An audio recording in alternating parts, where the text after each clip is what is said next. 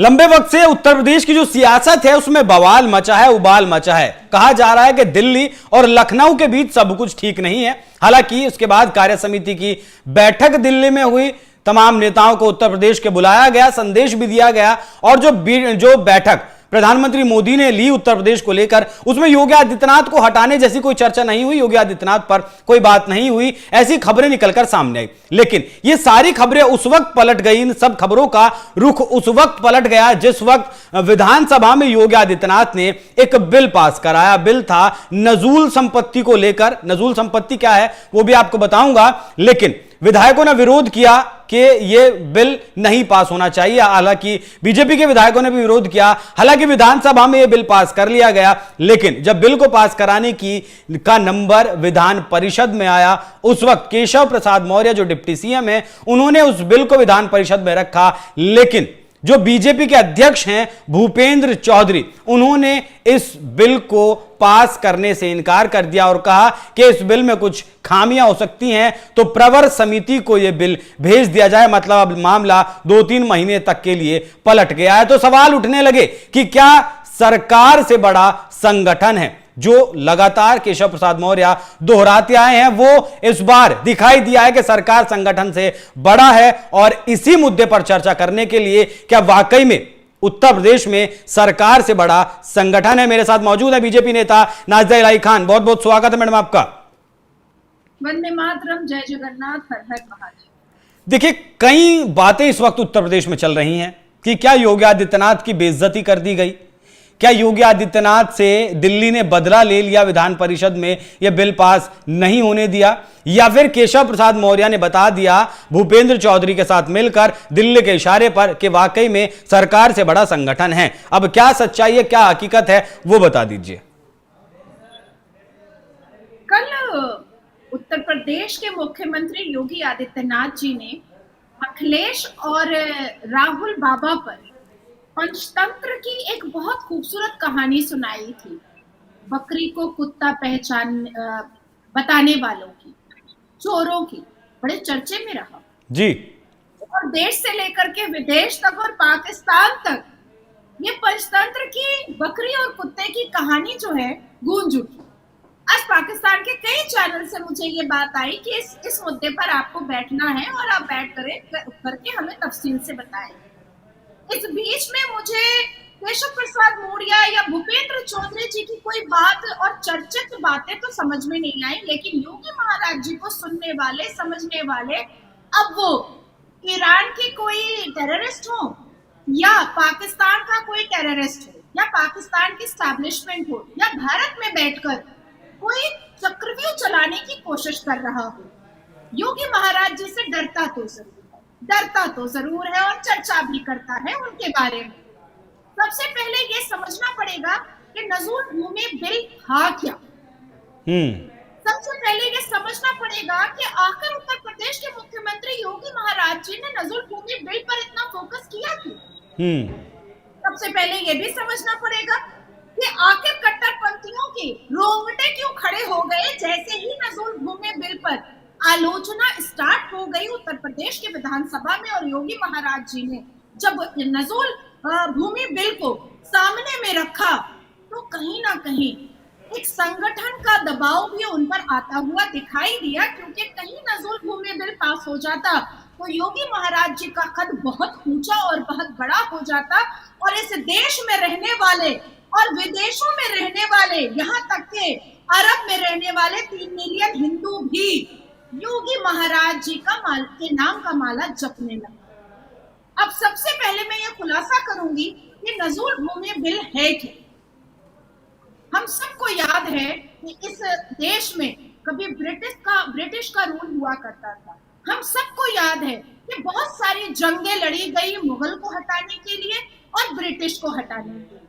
हम सबको याद है 1947 का वो दिन, वो लम्हा, वो वक्त जब सबने मिल करके एकत्रित होकर के इस देश को आजाद कराने के लिए अपने लहू बहाए, अपने खून और अपने रक्त बहाए। लेकिन क्या मुगल और ब्रिटिश से इस देश को बरी कराते कितने योद्धाओं ने अपनी जान के साथ साथ अपने माल का और अपनी संपत्ति का भी बलिदान दे डाला था। क्या लोग भूल गए हैं कि ब्रिटिश ने कितने किसानों की संपत्ति को कब्जा ले लिया था? क्या ब्रिटिश ने ये नहीं किया था कि कई राजा महाराजाओं के किला को और मंदिरों को के पट्टे को अपने कब्जे में इसलिए लिया था कि अगर तुमको अपनी जान बचानी है तो अपनी संपत्ति का पट्टा दे दो? क्या मार करके मुगलों ने कई राजा महाराजाओं की संपत्ति के साथ साथ उनकी बहू बेटियों पर भी कब्जा नहीं किया था? बिल्कुल किया था। योगी महाराज जी के नजूल भूमि बिल में साफ सुथरे तरीके से एक ही बात लिखी हुई है कि इस संपत्ति पर जो लोग रह रहे हैं, अगर उन्होंने रेवेन्यू करवाया है, अगर उन्होंने इस पट्टे को रजिस्ट्री करवाया है, अगर उन्होंने इस पट्टे को कोर्ट के सामने और सरकार के सामने रखा है, तो डीएम उसकी जांच करेगा और डीएम जांच पड़ताल करके उसके रेवेन्यू को आगे बढ़ाएगा। क्या देश का हिंदू ये नहीं चाहता कि उसके राजा महाराजा, उनके योद्धा, उनके वीर, उनके बड़े बड़े लोगों की संपत्ति उनके पास दोबारा आए? अब मैं पूछना चाहती हूँ केशव प्रसाद मौर्य जी से और साथ साथ भूपेंद्र चौधरी जी से, अरे कभी तो सभा में आवाज उठाइए। 1,99,701 प्रॉपर्टी वक्फ बोर्ड के पास है उत्तर प्रदेश में। 1506 प्रॉपर्टी वक्फ बोर्ड शिया समाज के पास है उत्तर प्रदेश में।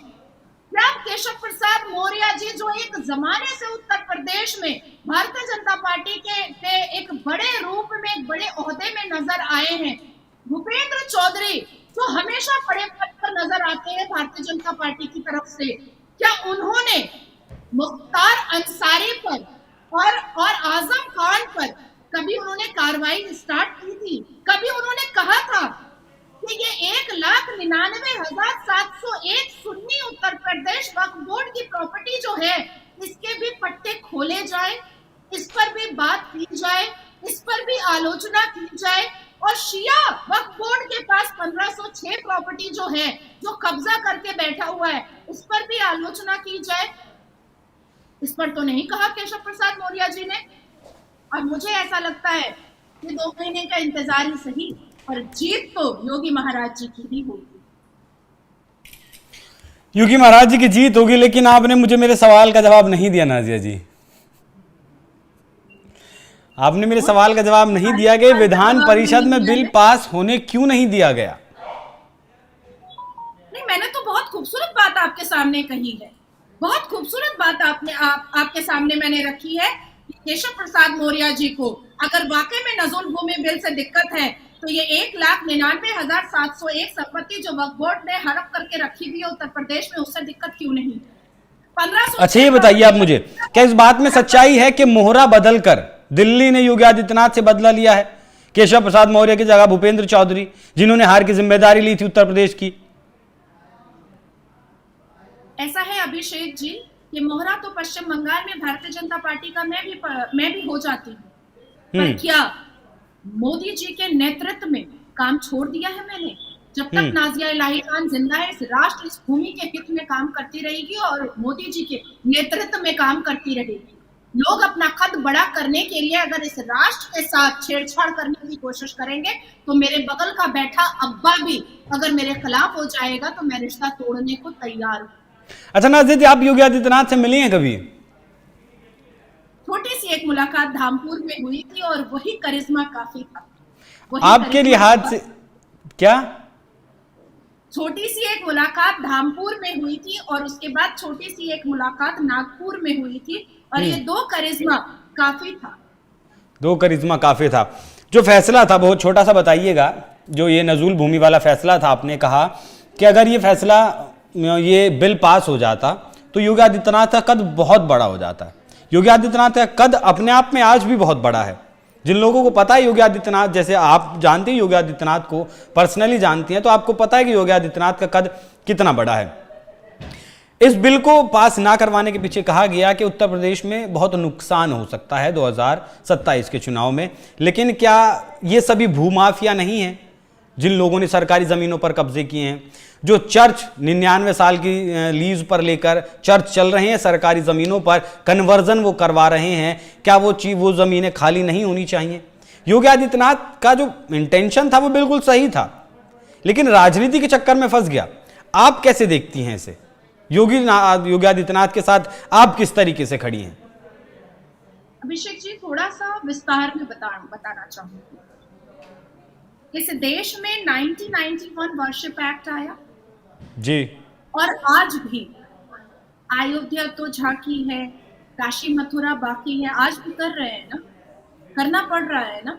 और कल ही सारे चैनल्स पर एक्सक्लूसिव चल रहा था ना, और विष्णु शंकर जैन जी एक्सप्लेन करते जा रहे थे कि नहीं, हमारा राइट है जानना। वर्शिप एक्ट ये जरूर कहता है कि जो मंदिर है वो मंदिर रहेगी, जो मस्जिद है वो मस्जिद रहेगा, लेकिन वर्शिप एक्ट 1991 का ये नहीं कहता है कि हम जानकारी भी नहीं ले सकते हैं कि आखिर वो था क्या। हम जानकारी ले सकते हैं कि वो था क्या। योगी आदित्यनाथ जी के हाथों से नजूल भूमि बिल पास होने के बाद मैंने आपसे पहले ही कह दिया कि इस देश के 82.7% सनातनियों के साथ साथ अरब में बैठे 3 मिलियन हिंदू भी उनके समर्थक हो जाते। आज भी है, लेकिन कद और बड़ा हो जाता है। एक कद होता है कि नाजिया इलाही खान का ये प्रोफाइल है, और एक कद होता है कि नाजिया इलाही खान जय जय राम के जयकार करती है। एक कद होता है कि नाजिया इलाही खान को सिक्योरिटी मिलती है एयरपोर्ट में, और एक कद होता है कि सिक्योरिटी की जरूरत नहीं है, नाजिया इलाही खान को प्रोटेक्शन देने के लिए सनातनी भी काफी हैं। एक खत है योगी महाराज जी का, जो एक राज्य के मुख्यमंत्री है, और एक खत है कि इस पूरी दुनिया में रह रहा हिंदू योगी महाराज जी का जय जयकार करेगा, और इसी से केशव प्रसाद जी को थोड़ी सी चुभन तो हो ही है। ठीक है, तो कहीं ना कहीं जो ये फैसला था, नजूल संपत्ति का जो बिल लाया गया था आज विधानसभा में, वो पास नहीं हुआ। विधानसभा में पास हुआ, लेकिन विधान परिषद में उसे पास नहीं होने दिया गया। आपको बता दूं कि 1857 के वक्त जो क्रांति हुई थी, उस वक्त जो क्रांतिकारी थे, जो देश को आज़ाद करवाने की मुहिम छेड़े हुए थे, जो लोग क्रांति में शामिल थे, उन लोगों की जमीनों को अंग्रेजों ने कब्जा कर लिया। अंग्रेजों ने अपना स्वामित्व उन जमीनों पर घोषित कर दिया। उसके बाद अंग्रेज चले गए, लेकिन वो भूमि वैसी की वैसी ही रही। बस उसका फर्क इतना हुआ कि वो सरकारी भूमि हो गई। और इस वक्त भूमाफियाओं का एक बहुत बड़ा रैकेट, सरकारी जमीनों पर कब्जा करना, मकान बनाना, उन्हें बेचना, ये बहुत बड़ा एक रैकेट उत्तर प्रदेश में नहीं पूरे देश भर में चल रहा है। और अगर योगी आदित्यनाथ अब एक तरीके से मानिएगा, अगर किसी नजूल की जमीन पर, सरकारी जमीन पर कोई संस्था चल रही है। अभिषेक जी, हमें एक चीज और समझनी पड़ेगी कि नजूल भूमि बिल अगर पास हो जाता है तो सबसे पहले इस देश और दुनिया में रहने वाले सनातनियों को ये पता चलेगा कि उनके योद्धाओं की और उनके राजा महाराजाओं की संपत्ति कितनी है। दूसरी चीज ये पता चलेगी कि जो वक्फ बोर्ड लैंड माफिया ने उत्तर प्रदेश में सुन्नी वक्फ बोर्ड ने 1,99,701 प्रॉपर्टी और शिया वक्फ बोर्ड ने 1506 प्रॉपर्टी पर जो कब्जा करके रखा हुआ है, उसमें कितनी नजूल भूमि वाली प्रॉपर्टी है। इसके साथ साथ ये पता चलेगा कि उत्तर प्रदेश में जो लाखों मदरसे हैं, उन मदरसों में कितने मदरसे नजूल भूमि वाली प्रॉपर्टी में बने हुए हैं।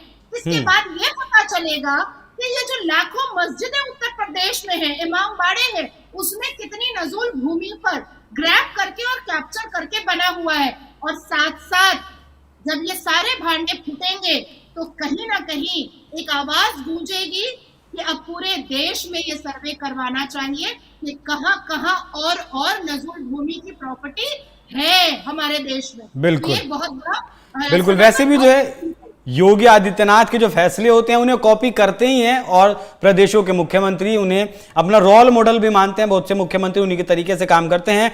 तो नजूल संपत्ति का बिल विधानसभा में पास हो गया, लेकिन विधान परिषद में आकर अटक गया। और जैसा कि नाजिया जी ने भी बताया, मैंने भी आपको बताया, अगर यह बिल पास हो जाता है तो फिर इस प्रदेश के लिए वो बहुत सुखमय जो है दिन होगा, सनातनियों के लिए भी वो दिन होगा। नाजिया जी, बहुत बहुत धन्यवाद इस चर्चा में हमारे साथ जुड़ने के लिए। दर्शकों, आपको ये चर्चा कैसी लगी कमेंट कर हमें जरूर बताइएगा। नमस्कार।